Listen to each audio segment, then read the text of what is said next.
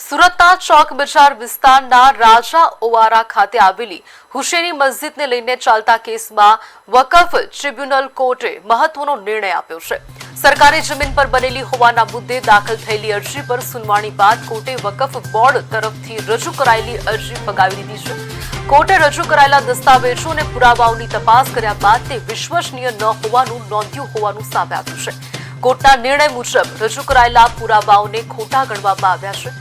સાથે જ ખોટા પુરાવા રજૂ કરવા બદલ સંબંધિત પક્ષ પર ₹1 લાખનો દંડ પણ ફટકારવામાં આવ્યો છે। આ નિર્ણય બાદ સમગ્ર મામલો ફરી ચર્ચામાં આવ્યો છે। હવે આગામી કાનૂની પ્રક્રિયા પર સૌ કોઈની નજર રહેશે।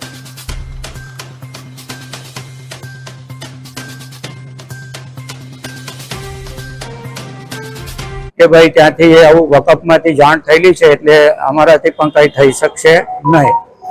આખરે 2000માં વકફ બોર્ડ ટ્રિબ્યુનલમાં પિટિશન એ લોકોએ કરી, ત્યાં હાઈકોર્ટમાં વિદ્વાન એડવોકેટ કૌશલભાઈ પંડ્યા સાહેબને આપણે બધા પુરાવા રજૂ કર્યા કે આ લોકોને આવાસ આપ્યા છે, ખુલ્લી જગ્યા હતી, મસ્જિદ કઈ હતી નહીં, કોઈ વેરાબિલમાં નામ નહોતું, કોઈ વકફની નોંધણી આ જગ્યા પર બોલતી નહોતી, આ બધું બોગસ રજૂ કર્યું છે એવા પુરાવા આપણે ત્યાં મોકલતા એમને ધારદાર રજૂઆત કરી।